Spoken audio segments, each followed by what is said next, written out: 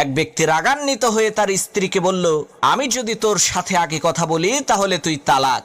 এদিকে স্ত্রীও কম না, সেও বলে উঠল, আমিও যদি তোর সাথে আগে কথা বলি তাহলে আমার এই গোলামটা আজাদ।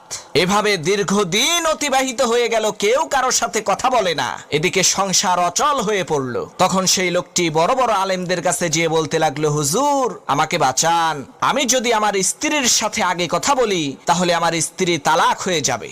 আমি আমার স্ত্রীকে তালাক দিতে চাই না। আবার আমার স্ত্রীও যদি আমার সাথে আগে কথা বলে তাহলে তারও অনেক মূল্যবান একজন গোলাম আজাদ হয়ে যাবে। আমার স্ত্রীও তার মূল্যবান সেই গোলামকে হারাতে চায় না।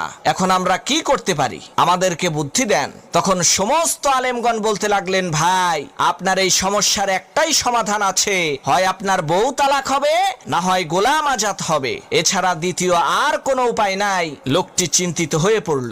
এক পর্যায়ে সেই লোকটি ইমামে